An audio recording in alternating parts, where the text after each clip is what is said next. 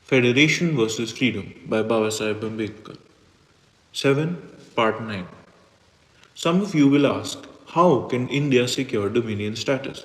My answer is India will get dominion status only if the princes who join the federation consent to it being granted.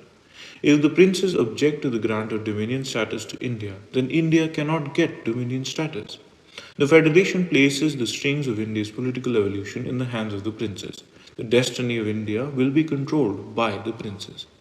This view of the future will strike as very strange to a great many of you. We are all saturated with Dicey's dictum regarding the sovereignty of Parliament. We all have learned from him that Parliament is supreme, that it is so supreme that it can do anything except make a man a woman and a woman a man. It would not be unnatural if some of you ask, how can the princes stand in the way when the British Parliament is supreme? It will take some effort on your part to accept the proposition that the British Parliament has no supremacy over the Indian Federation.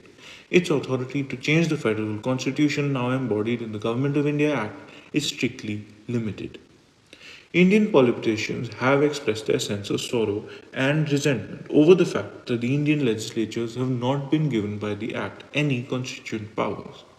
Under the Government of India Act, neither the federal legislature nor the provincial one have any powers of altering or amending the constitution.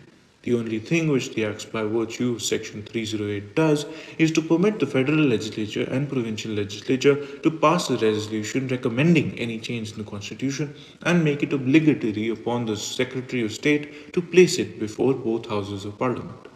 This is contrary to the provisions contained in the constitutions of the United States, Australia, the German Federation, and Switzerland.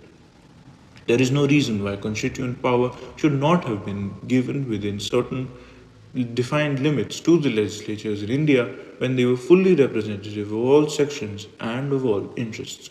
Be that as it may, the fact remains that the Indian legislatures cannot make changes in the constitution, not even in the franchise, much less in making the reserved subjects transferred. The only authority which can change the constitution is, of course, the British Parliament. But very few seem to be aware of the fact that even Parliament has no powers to alter the federal constitution. This, however, is the truth, and the sooner we all realize it, the better. From this point of view, the importance of Schedule 2 cannot be overestimated. I am sorry it has not received the attention which it deserves. Schedule 2 is not only a charter, it is also a chart along which the Constitution can move. The whole schedule is worth careful study. What does Schedule 2 say? Schedule 2 says that certain provisions of the Government of India Act may be amended by Parliament and that certain other provisions of the Act shall not be amended by Parliament. That is simply another way of saying that Parliament is not supreme and that its rights to alter the Constitution are limited. The end.